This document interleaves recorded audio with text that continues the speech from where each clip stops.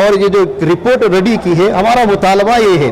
کہ جو بے قصور مسلمان ہیں، جو اس واقعے میں کوئی شامل نہیں تھے، کچھ ہو رہا تھا اس کے دیکھنے کے لیے کھڑے ہو گئے، یا کوئی اس راستے سے سفر کر کے جا رہا تھا جس کی وجہ سے سی سی کیمرہ کے اندر آئے، ایسے لوگوں کو جو پولیس اریسٹ کی ہے اسے رہا کیا جائے، اور جن لوگوں پر یو اے پی جو قانون لگایا گیا ہے، ڈالا گیا ہے، سیکشن ڈالا گیا ہے، اسے بری کر دیا جائے، کیونکہ یو اے پی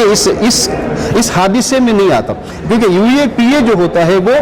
دیش کے خلاف اگر کوئی کام کرتا ہے، کانسٹیٹیوشن آف انڈیا کے خلاف جو کام کرتا ہے اس پر لگایا جاتا ہے، نہ کہ اس حادثے پر لگایا جاتا ہے، لیکن یہ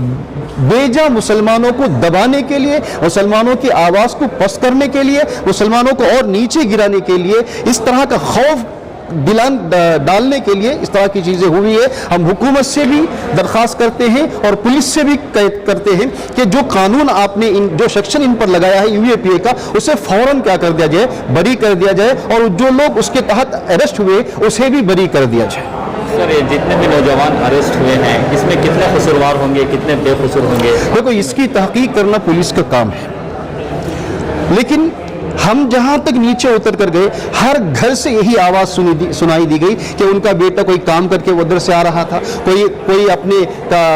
ریلیشن کے رشتہ داروں کے گھر ملنے کے لیے گیا تھا، وہ وہاں سے آ رہے تھے۔ جو آدمی وہاں سے آتا جاتا سفر کرتا، کیونکہ ٹینری روڈ ہے، بہت سب کو معلوم ہے کس طرح کا وہاں بلاک ہوتا ہے، تو وہ لوگ جو ہے کیمرہ کے اندر آئیں گے جائیں گے، تو ایسے لوگوں کو بھی اس کے اندر احتجاج کے اندر شامل ہے، اٹھا کر لے کر جائے، یہ صحیح نہیں ہے۔ اس کی تحقیق کرنا اور اس کو